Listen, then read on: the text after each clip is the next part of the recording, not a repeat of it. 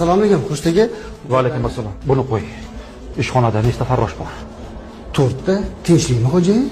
Bular orasidagi yoshi kattarog'i, qiynalgan, kambag'al, yetim boqadigan, xullas, shunga o'xshashi bormi? Farida xolani aytyapsiz. Ha, o'zi qayerda? Tepa qavatda yig'ishtirayotgandilar. Xushtagi.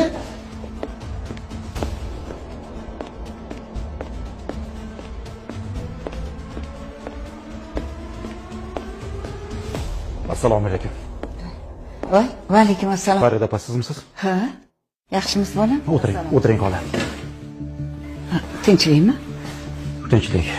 Tinchlik. Xola, ayting, nima muammoyingiz bor?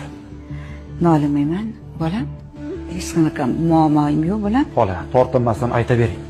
Bolam. Meni dardim Allohimdan boshqasiga yuk bo'ladi. Farzandlarim bilan sinaldim. Sog'ligim bilan sinaldim. Qiyinchilik va yo'qchilik bilan ham sinaldim. Allohim meni shu qadar yaxshi ko'rar ekanki, hozirda yakka yolg'iz yodgorim nabiramga dard berib sinayapti bolam. Mana shu nabiramni davolatsan bo'ldi. Boshqa meni armonim qolmaydi bu dunyoda bolam. Nabirangizda o'zingizni davolatsam, hamma sharoitlaringizni qilib bersam, rozi bo'lasizmi?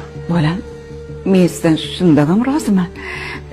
Shukr, mana sizni korxonangizda ishlab ro'zg'orim butib bo'lyapti.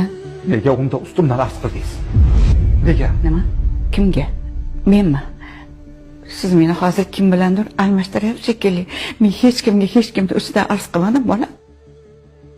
Arz qilgansiz.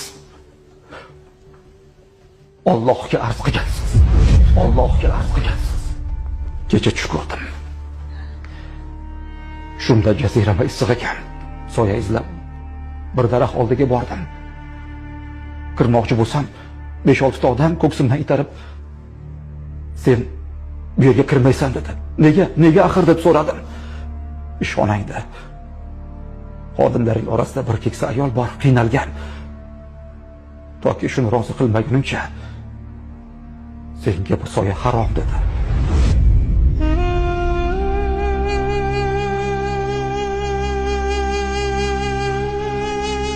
Xola, nega o'zimga arz qilmadingiz? Nega o'zimga? Bolam, men boshliqlar ustidan boshliq bo'lgan Allohimga duo qildim xolos. Mana